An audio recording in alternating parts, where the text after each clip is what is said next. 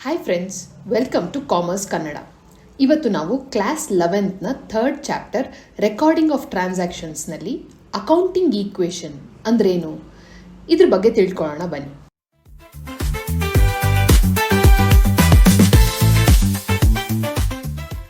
Friends, ನಾವು ಏನೇ ಅಕೌಂಟ್ಸಲ್ಲಿ ಶುರು ಮಾಡಬೇಕಾದ್ರೂ ನಾವು ಮೊದಲನೇದಾಗಿ ತಿಳ್ಕೊಬೇಕಾಗಿರೋದು ಏನು ಅಂದರೆ ಐ ಆಮ್ ಬಿಸ್ನೆಸ್. ನಾನು ಬಿಸ್ನೆಸ್ ಆಗಿ ಯೋಚನೆ ಮಾಡಬೇಕು. ಯಾವ ದುಡ್ಡು ನನಗೆ ಬರುತ್ತೆ ಅದು ನಾನು ವಾಪಸ್ ಕೊಡುವಂತಹ ಸಾಲ ಆಗಿರುತ್ತೆ. ನಾನು ಮಾಡುವಂತಹ ಆಸ್ತಿ ಅದು ಬಿಸ್ನೆಸ್ನ ಆಸ್ತಿ ಆಗಿರುತ್ತೆ. ನಾನು ಏನೇ ಮಾಡಿದ್ರೂ ನಾನು ಬಿಸ್ನೆಸ್ ಆಗಿ ಯೋಚನೆ ಮಾಡ್ತೀನಿ. ಹಾಗಾಗಿ ಐ ಆಮ್ ಬಿಸ್ನೆಸ್. ಈಗ ಇಲ್ಲೊಂದು ಈಕ್ವೇಷನ್ ಹೇಳ್ತಾರೆ ನೋಡಿ, assets is equal to liabilities plus capital. ಏನು ಮ್ಯಾಮ್ ಹಿಂಗಂದ್ರೆ, ಫಸ್ಟು ಅಸೆಟ್ಸ್, ಲಯಬಿಲಿಟೀಸ್ ಮತ್ತು ಕ್ಯಾಪಿಟಲ್ ಅದರ ಅರ್ಥನ ಸಂಕ್ಷಿಪ್ತವಾಗಿ ಹೇಳ್ತೀನಿ. ಅಸೆಟ್ಸ್ ಅಂದ್ರೇನು? ಬಿಸ್ನೆಸ್ಗೆ ಸಂಬಂಧಪಟ್ಟಿರುವಂತಹ ಆಸ್ತಿ. ಇದು ದುಡ್ಡಿಗೆ ಬೆಲೆ ಬಾಳುತ್ತೆ. ಇದನ್ನು ನಾವು ದುಡ್ಡು ಕೊಟ್ಟು ಕೊಂಡ್ಕೊಂಡಿದ್ದೀವಿ. ಹಾಗೆ ನಾಳೆ ಇದನ್ನು ಮಾರಿದ್ರೆ ನಮಗೆ ದುಡ್ಡು ಬರುತ್ತೆ. ಇದು ಅಸೆಟ್ಸ್ ಅಂತ ಕರಿತೀವಿ. ಲಯಬಿಲಿಟೀಸ್ ಅಂದ್ರೇನು? ಬಿಸ್ನೆಸ್ ಆಗಿ ನಾವು ಮಾಡಿಕೊಂಡಿರುವಂತಹ ಸಾಲಕ್ಕೆ ನಾವು ಲಯಬಿಲಿಟೀಸ್ ಅಂತ ಕರಿತೀವಿ. ಇದನ್ನು ನಾವು ನಾಳೆ ತೀರಿಸಬೇಕು. ಯಾವುದೇ ದುಡ್ಡನ್ನು ನಾವು ತೀರಿಸಬೇಕಾದ್ರೆ ಅದಕ್ಕೆ ನಾವು ಲಯಬಿಲಿಟೀಸ್ ಅಂತ ಕರಿತೀವಿ. ಕ್ಯಾಪಿಟಲ್ ಅಂದ್ರೇನು? ಒಬ್ಬ ಓನರ್ ತನ್ನ ಬಿಸ್ನೆಸ್ಗೆ ತಂದಿರುವಂತಹ ಬಂಡವಾಳ, ನಾವು ಅದನ್ನು ಕ್ಯಾಪಿಟಲ್ ಅಂತ ಕರಿತೀವಿ. ಈಗ ನಾನು ಬಿಸ್ನೆಸ್ ಅಂತ ಹೇಳಿದೆ ಅಲ್ವಾ. ಈಗ ಓನರ್ ಒಬ್ಬ ಸಪರೇಟ್ ಎಂಟಿಟಿ, ಅವನೇ ಶುರು ಮಾಡಿರುವಂತಹ ಬಿಸ್ನೆಸ್ ಆಗಿರಬಹುದು. ಇದು ಅವನೇ ದುಡ್ಡು ತಂದು ಹಾಕಿರ್ಬೋದು, ಅವನೇ ಶುರು ಮಾಡಿರುವಂತಹ ಬಿಸ್ನೆಸ್ ಆಗಿರ್ಬೋದು. ಆದರೆ ಬಿಸ್ನೆಸ್ ಆಗಿ ನಮಗೆ ಒಂದು ಸಪರೇಟ್ ಐಡೆಂಟಿಟಿ ಇದೆ. ಹಾಗಾಗಿ ಅವನು ತಂದಿರುವಂತಹ ಬಂಡವಾಳವನ್ನು ನಾವು ವಾಪಸ್ ತೀರಿಸಬೇಕು ಅನ್ನೋ ಬಾಧ್ಯತೆ ನಮಗಿದೆ. ಹಾಗಾಗಿ ಅವನು ತಂದಿರುವ ದುಡ್ಡನ್ನು ನಾವು ಸಾಲ ಅಂತ ಟ್ರೀಟ್ ಮಾಡ್ತೀವಿ. ಇಲ್ಲೇನು ಹೇಳ್ತಾರೆ? Assets is equal to liabilities plus capital. ಈಗ ಅಸೆಟ್ಸ್ ಎಲ್ಲ ಒಂದು ಕಡೆ ಬರ್ಕೊಳ್ಳೋಣ, ಓಕೆ. ಲಯಬಿಲಿಟೀಸ್ ಎಲ್ಲ ಒಂದು ಕಡೆ ಬರ್ಕೊಳ್ಳೋಣ. ಲಯಬಿಲಿಟೀಸ್ ಅಂದರೆ ಸಾಲ, ಗೊತ್ತಲ್ವಾ? ಈಗ ಓನರು ನಮ್ಮ ಬಿಸ್ನೆಸ್ನ ಶುರು ಮಾಡೋದಕ್ಕೆ ಕ್ಯಾಪಿಟಲ್ ತಂದಿದ್ದಾನೆ, ಅದು ನಮಗೆ ಸಾಲ. ಹಾಗಾಗಿ ಲಯಬಿಲಿಟೀಸ್ ಕಡೆ ಬರಿತಾ ಇದ್ದೀನಿ. ಇವನು ಎಷ್ಟು ತಂದಿದ್ದಾನೆ? 1 ಲಕ್ಷ ರೂಪಾಯಿ ತಂದಿದ್ದಾನೆ. ಕ್ಯಾಶ್ ತಂದಿದ್ದಾನೆ ಅವನು. ಕ್ಯಾಶ್ ಏನು? ನಮಗೆ ಅಸೆಟ್ ಆಗುತ್ತೆ. ಸೊ ಈ 1 ಲಕ್ಷ ರೂಪಾಯಿ ನಮಗೆ ಸಾಲ ಆಗಿ ತಂದಿದ್ರೂ ಸಹ ಅದು ನಮಗೆ ಕ್ಯಾಶ್ ಆಗಿ ಬಂದಿದೆ, ಹೌದಾ? ಇಲ್ಲಿ 1 ಲಕ್ಷ ಎಂಟರ್ ಮಾಡ್ತೀವಿ, ಅದೇ ಕ್ಯಾಶ್ ಆಗಿ ಬಂದಿರೋದ್ರಿಂದ ಅಸೆಟ್ಸ್ ಕೆಳಗಡೆ ನಾವು ಕ್ಯಾಶನ್ನು ಎಂಟರ್ ಮಾಡ್ತೀವಿ, 1 ಲಕ್ಷ ರೂಪಾಯಿ. ನೆಕ್ಸ್ಟ್ ನಾವು ಯಾರಿಂದನೋ ಸಾಲ ತರ್ತೀವಿ, 10,000 ರೂಪಾಯಿ ಅಷ್ಟು. ಅದನ್ನು ನಾವು ಸುಮ್ಮನೆ ಇಟ್ಕೋತೀವಾ? ಇಲ್ಲ, ಮಷಿನರಿಗೆ ಇನ್ವೆಸ್ಟ್ ಮಾಡ್ತೀವಿ 10,000 ರೂಪಾಯಿ ಅಷ್ಟು. ಇನ್ನು ನಮಗೆ ಗೂಡ್ಸ್ ತರ್ತೀವಿ, ಯಾಕೆಂದರೆ ಕಚ್ಚಾ ವಸ್ತುಗಳು ಬೇಕು ನಾವು ಮ್ಯಾನುಫ್ಯಾಕ್ಚರ್ ಮಾಡೋದಕ್ಕೆ. ಸಾಲ ಹೇಳಿ ಆ ಕಚ್ಚಾ ವಸ್ತುಗಳನ್ನ ನಾವು ತರ್ತೀವಿ. ಹಾಗಾಗಿ ನಮಗೆ ಕ್ರೆಡಿಟರ್ಸು ಜಾಸ್ತಿ ಆಗುತ್ತೆ. ಕ್ರೆಡಿಟರ್ಸ್ ಅಂದರೆ ಸಾಲ ಕೊಡೋರು. 5,000 ರೂಪಾಯಿಯಷ್ಟು ವಸ್ತುಗಳನ್ನ ನಮಗೆ ಅವನು ಸಾಲ ಕೊಟ್ಟಿದ್ದಾನೆ. ಇಲ್ಲಿ ಒಂದು ಗಮನಿಸಿ, ನಾವು ಅಸೆಟ್ಸ್ ಜಾಸ್ತಿ ಆದಷ್ಟು ಲಯಬಿಲಿಟೀಸು ಜಾಸ್ತಿ ಆಗ್ತಾ ಇದೆ. ಅಂದರೆ ನಾವು ಎಷ್ಟು ಸಾಲ ಮಾಡಿ ದುಡ್ಡನ್ನು ತರ್ತೀವೋ, ಈಗ ಬಂಡವಾಳ ಮತ್ತು ನಾವು ಮಾಡಿರುವಂತಹ ಸಾಲ, ಇದೆರಡೂ ಸೇರಿದ್ರೆ ಮಾತ್ರ ನಮಗೆ ಅಸೆಟ್ಸ್ ತಗೊಳ್ಳೋಕ್ಕೆ ದುಡ್ಡಾಗ್ತಿದೆ. ಇದನ್ನು ನೀವು ಗಮನಿಸಿದ್ದೀರಾ? ಇಲ್ಲಿ ನೋಡಿ, ಅವ್ನು ಕ್ಯಾಪಿಟಲ್ ತಂದ, ಹಾಗಾಗಿ ನಮ್ಮ ಹತ್ರ ಕ್ಯಾಶ್ ಇದೆ. ನಾವು ಯಾರಿಂದನೋ ಸಾಲ ತೊಗೊಂಬಂದು ಮೆಷಿನರಿ ಪರ್ಚೇಸ್ ಮಾಡಿದ್ದೀವಿ, ನಮಗೆ ಕಚ್ಚಾ ವಸ್ತುಗಳು ಬೇಕಾಗಿದೆ, ಹಾಗಾಗಿ ಅದನ್ನು ಸಾಲ ಹೇಳಿ ನಾವು ತಂದಿದ್ದೀವಿ. ಹಾಗಾಗಿ ಇಲ್ಲಿ ನೋಡಿ, ಅಸೆಟ್ಸ್ ಎಷ್ಟು ಜಾಸ್ತಿ ಆಗ್ತಾ ಇದೆಯೋ ಅಷ್ಟೇ ನಮ್ಮ ಸಾಲಗಳು ಜಾಸ್ತಿ ಆಗ್ತಾ ಇದೆ. ಇದನ್ನೇ ಇಲ್ಲಿ ಹೇಳ್ತಾರೆ ನೋಡಿ, assets is equal to liabilities plus capital. LHS is equal to RHS. Left hand side is equal to RHS. Next ಹೇಳ್ತಾರೆ ನೋಡಿ, it depicts the fundamental relationship among the components of balance sheet. ನಾವು balance sheet ಏನು prepare ಮಾಡ್ತೀವಿ, assets ಎಲ್ಲ ಒಂದು ಕಡೆ ಬರಿತೀವಿ ಮತ್ತು ಲಯಬಿಲಿಟೀಸ್ ಎಲ್ಲ ಇನ್ನೊಂದು ಕಡೆ ಬರಿತೀವಿ. ಇದು ಬ್ಯಾಲೆನ್ಸ್ ಆಗ್ತಾ ಇದೆ. ಈಗ ಹಿಂದಿನ ಎಕ್ಸಾಂಪಲಲ್ಲಿ ನೀವೇ ನೋಡಿದ್ರಿ, it depicts the fundamental relationship. ಅವ್ನು ಕ್ಯಾಪಿಟಲ್ ತಂದ, ಬಂಡವಾಳ ತಂದಿದ್ರಿಂದಾನೇ ನಾವಿಲ್ಲಿ ಕ್ಯಾಶ್ ಜಾಸ್ತಿ ಆಯಿತು, ನಾವು ಅದರಿಂದನೇ ಇಲ್ಲಿ ಫರ್ನಿಚರ್ ತೊಗೊಳಕ್ಕಾಯಿತು, ಅದರಿಂದನೇ ಮೆಷಿನರಿ ತೊಗೊಳಕ್ಕಾಯಿತು.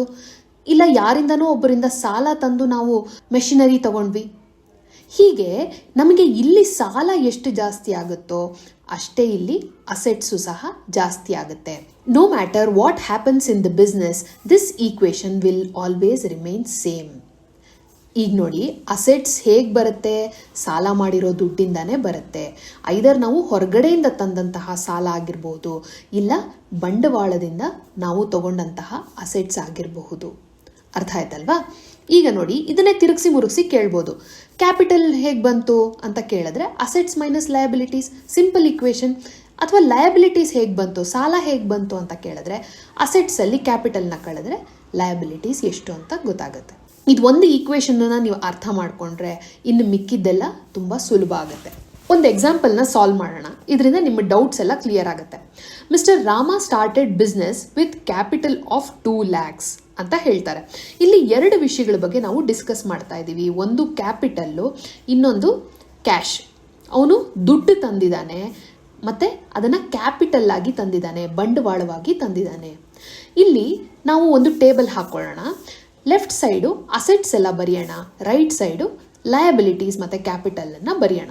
ರಾಮ ಅನ್ನೋನು ಸಾಲವಾಗಿ ಅಂದರೆ ಕ್ಯಾಪಿಟಲ್ ಆಗಿ ನಮಗೆ ಎಷ್ಟು ದುಡ್ಡು ತಂದಿದ್ದಾನೆ? 2 ಲಕ್ಷ ರೂಪಾಯಿಯನ್ನು ತಂದಿದ್ದಾನೆ. ಏನಾಗಿ ತಂದಿದ್ದಾನೆ? ಕ್ಯಾಶ್ ಆಗಿ ತಂದಿದ್ದಾನೆ. ಕ್ಯಾಶ್ ಏನು? ನಮಗೆ ಅಸೆಟ್ಸು. ಸೊ ಹಾಗಾಗಿ ಅವನು ತಂದಿರುವಂತಹ ಬಂಡವಾಳ ನಮಗೆ ಕ್ಯಾಶ್ ಆಗಿ ಬಂದಿದೆ. ಇಲ್ಲಿ ಹೇಳ್ತಾರೆ ನೋಡಿ, ಕ್ಯಾಪಿಟಲ್ ನಮಗೆ ಇನ್ಕ್ರೀಸ್ ಆಗ್ತಾ ಇದೆ, capital is increasing. At the same time cash ಸಹ ನಮ್ಮ ಹತ್ರ ಇನ್ಕ್ರೀಸ್ ಆಗ್ತಿದೆ. ಫಸ್ಟ್ ಆಫ್ ಆಲ್ ನಮ್ಮ ಹತ್ರ ಕ್ಯಾಪಿಟಲ್ಲೂ ಇರಲಿಲ್ಲ, ಕ್ಯಾಶು ಇರಲಿಲ್ಲ. ಆದರೆ ಈಗ ನೋಡಿ, ಅವನು ಬಂಡವಾಳ ತಂದ ತಕ್ಷಣ ನನಗೆ ಸಾಲನೂ ಜಾಸ್ತಿ ಆಯಿತು, ಹಾಗೆ ಅಸೆಟ್ಸು ಜಾಸ್ತಿ ಆಯಿತು. ಹೌದಾ? ನೆಕ್ಸ್ಟ್ ಹೋಗೋಣ ಬನ್ನಿ. Open the bank account with amount of 50,000 rupees. ಇಲ್ಲಿ ಆಲ್ರೆಡಿ ಕ್ಯಾಶ್ ಇದೆ. ಎಷ್ಟು? 2 ಲಕ್ಷ ರೂಪಾಯಿಯಷ್ಟು ಕ್ಯಾಶ್ ಇದೆ. ಅದೇ ಥರ ಇಲ್ಲಿ ಸಾಲನೂ ಇದೆ, ನಾವು ವಾಪಸ್ ತೀರಿಸಬೇಕಾಗಿರುವಂತಹ ಸಾಲನೂ ಇದೆ. ಆದರೆ ಇಲ್ಲಿ ನೋಡಿ, ಕೈಯಲ್ಲಿರುವಂತಹ ಹಣವನ್ನು ನಾನೇನು ಮಾಡ್ತಾ ಇದ್ದೀನಿ? ಬ್ಯಾಂಕ್ಗೆ ಜಮಾ ಮಾಡ್ತಾ ಇದ್ದೀನಿ. ಸೊ ಹಾಗಾಗಿ ಬ್ಯಾಂಕಲ್ಲಿರುವಂತಹ ಹಣ ಜಾಸ್ತಿ ಆಗ್ತಾ ಇದೆ. ಬ್ಯಾಂಕ್ಗೆ ನಾವು 50,000ವನ್ನು ಕಟ್ತಾ ಇದ್ದೀವಿ. ಹಾಗಾದರೆ ಇಲ್ಲಿರುವಂತಹ 2 ಲಕ್ಷ ಏನಾಯಿತು?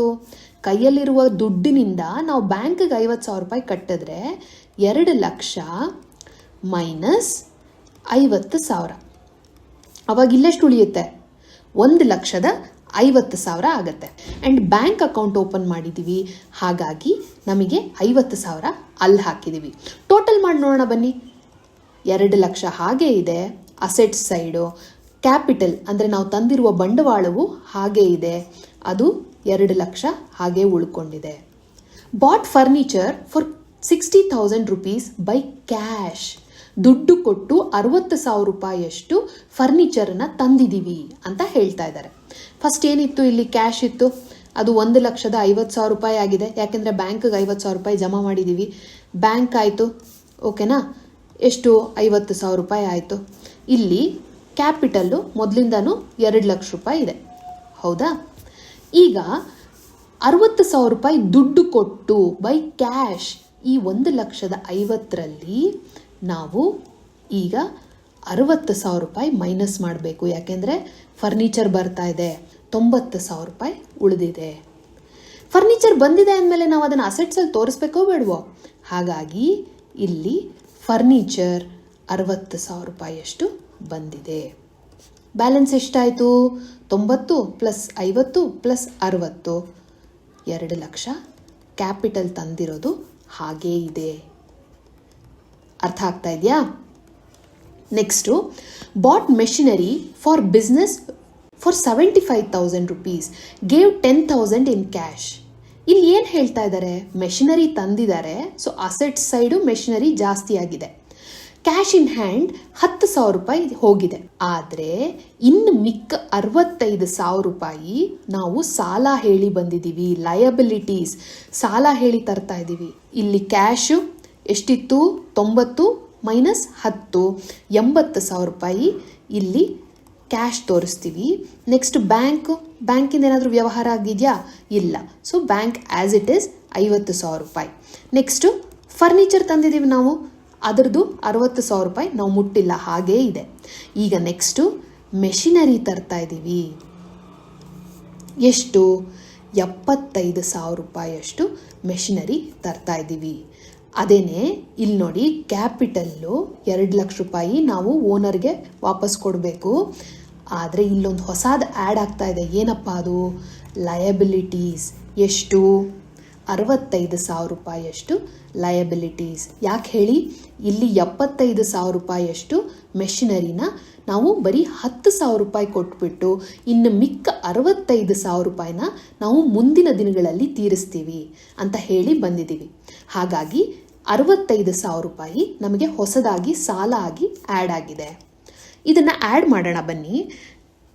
2,65,000 ರೂಪಾಯಿ ಆಗತ್ತೆ. ಅದೇ ಇಲ್ಲಿ ಆ್ಯಡ್ ಮಾಡಿ, ಇಲ್ಲೂ ಸಹ 2,65,000 ರೂಪಾಯಿ ಹಾಗೆ ಉಳ್ಕೊಂಡಿದೆ. Next, goods purchased for trading from mister Shyam 40,000. ಇಲ್ಲಿ ಕ್ಯಾಶ್ ಕೊಟ್ಬಿಟ್ಟು ನಾವು ತಗೋತಾ ಇದ್ದೀವ? ಇಲ್ಲ.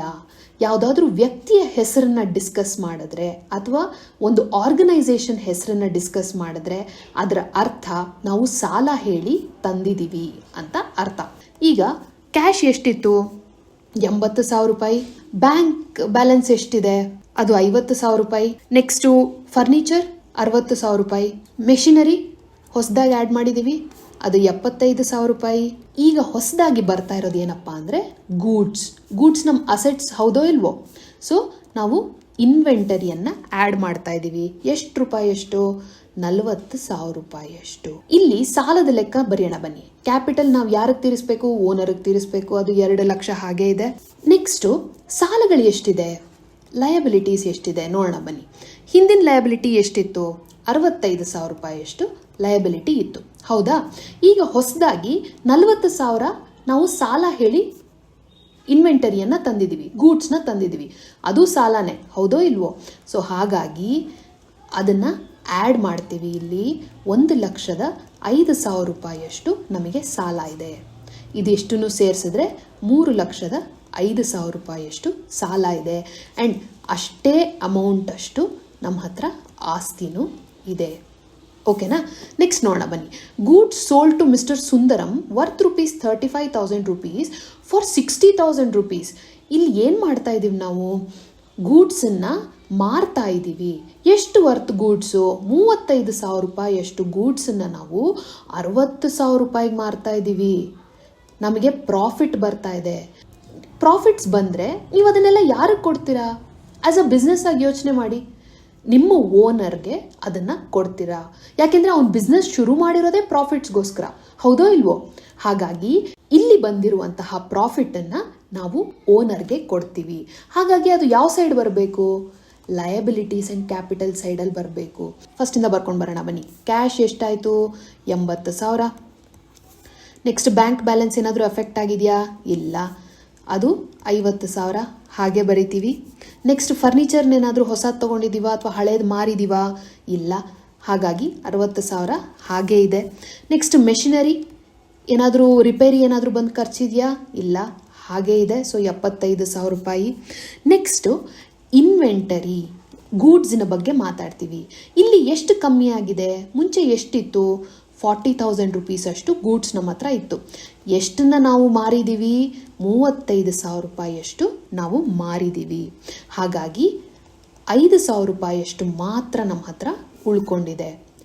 ಇಷ್ಟನ್ನು ಮಾರಿ ಆದಮೇಲೆ ಅವರು ನಮಗೆ ಕ್ಯಾಶಲ್ಲಿ ದುಡ್ಡು ಕೊಡ್ತಾ ಇದ್ದಾನೆ ಅಂತ ಹೇಳಿದಾರಾ? ಇಲ್ಲ, ಇಲ್ಲಿ ಯಾರೋ ಒಬ್ಬ ವ್ಯಕ್ತಿಯ ಹೆಸರನ್ನು ಡಿಸ್ಕಸ್ ಮಾಡ್ತಾ ಇದ್ದಾರೆ. ಹಾಗಂದ್ರೆ ಏನರ್ಥ? ನಾವು ಗೂಡ್ಸನ್ನು ಕೊಟ್ಟು ಕಳಿಸಿದ್ದೀವಿ, ಅವನು ನಮಗೆ ಸಾಲ ಹೇಳಿದ್ದಾನೆ, ಮುಂದೆ ಯಾವತ್ತೋ ನಾನು ತೀರಿಸ್ತೀನಿ ಅಂತ ಹೇಳಿದ್ದಾನೆ. ಹಾಗಾಗಿ ಅದೇನಾಗುತ್ತೆ? ಮಿಸ್ಟರ್ ಸುಂದರಂ ನಮಗೆ ಡೆಟಾರ್ ಆಗ್ತಾನೆ. ಅಸೆಟ್ ಸೈಡ್ ನಮಗೆ ಜಾಸ್ತಿ ಆಗ್ತಾ ಇದೆ. ಅವನು ನಮಗೆ ಮುಂದೊಂದು ದಿನ ದುಡ್ಡು ಕೊಡ್ತೀನಿ ಅಂತ ಹೇಳಿರೋದ್ರಿಂದ ನಮಗೆ ಡೆಟಾರ್ಸ್ ಜಾಸ್ತಿ ಆಗ್ತಾ ಇದೆ. ಎಷ್ಟು ಜಾಸ್ತಿ ಆಗ್ತಾ ಇದೆ? 60,000 ರೂಪಾಯಿಯಷ್ಟು ಅವನು ನಮಗೆ ಕೊಡಬೇಕು. ಹಾಗಾಗಿ 60,000 ರೂಪಾಯಿಯಷ್ಟು ನಮಗೆ ಡೆಟಾರ್ಸ್ ಜಾಸ್ತಿ ಆದರು. ಇಲ್ಲಿ ಸಾಲದ ಕಡೆ ಏನಾಯಿತು ಅದನ್ನು ನೋಡೋಣ ಬನ್ನಿ. ಕ್ಯಾಪಿಟಲ್ 2 ಲಕ್ಷ, ಹೌದಾ? ಅದಕ್ಕೆ ಈಗ ನಾವು ಹೊಸದಾಗಿ ಇನ್ನಷ್ಟು ದುಡ್ಡನ್ನು ಕೊಡಬೇಕು. ಎಷ್ಟು ದುಡ್ಡನ್ನು ಕೊಡಬೇಕು? 60,000 ಮೈನಸ್ 35,000. ಎಷ್ಟಾಯಿತು? 25,000 ರೂಪಾಯಿಯಷ್ಟು ನಾವು ಅವನಿಗೆ ಹೊಸದಾಗಿ ಕೊಡಬೇಕು. ಸೊ 2 ಲಕ್ಷ ನಾವು ಆಲ್ರೆಡಿ ಕೊಡಬೇಕಾಗಿತ್ತು, ಅದರ ಜೊತೆಗೆ 25,000 ರೂಪಾಯಿಯಷ್ಟು ಎಕ್ಸ್ಟ್ರಾ ದುಡ್ಡನ್ನು ನಾವು ಕೊಡಬೇಕು. ಯಾಕೆಂದರೆ ಅದು ಪ್ರಾಫಿಟ್ ಏನೇ ಇದ್ದರೂ ಅದು ಓನರ್ಗೆ ಸಂಬಂಧಪಟ್ಟಿರುವಂತಹ ದುಡ್ಡು, ಹಾಗಾಗಿ ಅದು ಅವನಿಗೆ ಹೋಗುತ್ತೆ.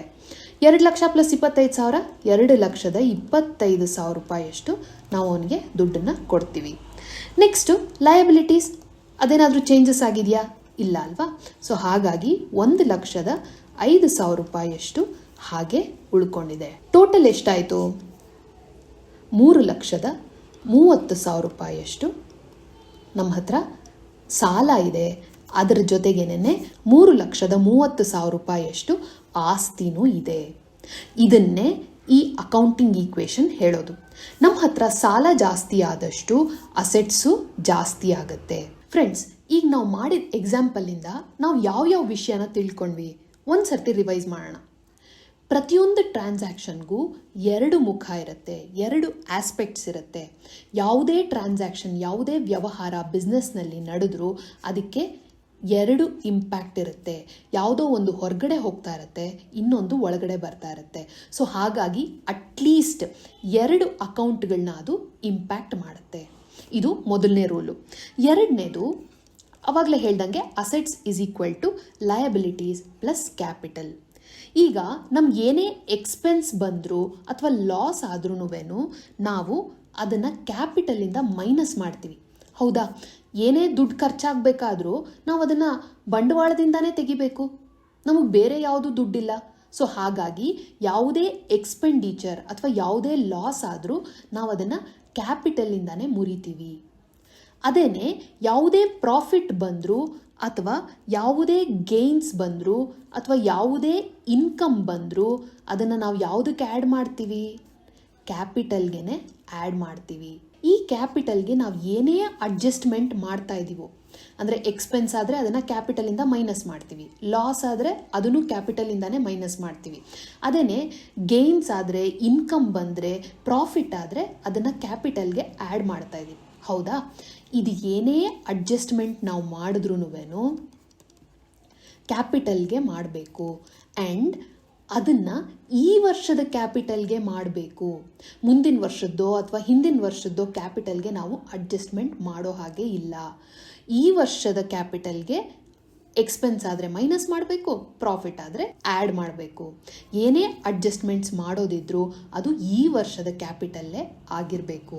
ಈ ಚಾಪ್ಟ್ರಲ್ಲಿ ನಾವು ಇನ್ನೂ ಒಂದಷ್ಟು ಎಕ್ಸಾಂಪಲ್ಸ್ನ ಸಾಲ್ವ್ ಮಾಡೋಣ. ಅದರಿಂದ ನಿಮಗೆ ಇನ್ನೂ ಚೆನ್ನಾಗಿ ಅರ್ಥ ಆಗುತ್ತೆ. ನಿಮಗೆ ಏನೇ ಡೌಟ್ಸ್ ಇದ್ದರೂ ಕಮೆಂಟ್ಸಲ್ಲಿ ಅದನ್ನು ಬರೀರಿ. ಅದರಿಂದ ಇನ್ನೊಂದಷ್ಟು ಜನ ಸ್ಟೂಡೆಂಟ್ಸ್ಗೆ ಹೆಲ್ಪ್ ಆಗುತ್ತೆ. ನಾನು ಅದನ್ನು ಖಂಡಿತವಾಗ್ಲೂ ಸಾಲ್ವ್ ಮಾಡ್ತೀನಿ. ಈ ವಿಡಿಯೋನ ಲೈಕ್ ಮಾಡೋದು ಮರಿಬೇಡಿ, ಶೇರ್ ಮಾಡಿ, ನಮ್ಮ ಚಾನೆಲ್ನ ಸಬ್ಸ್ಕ್ರೈಬ್ ಮಾಡಿ. Thank you.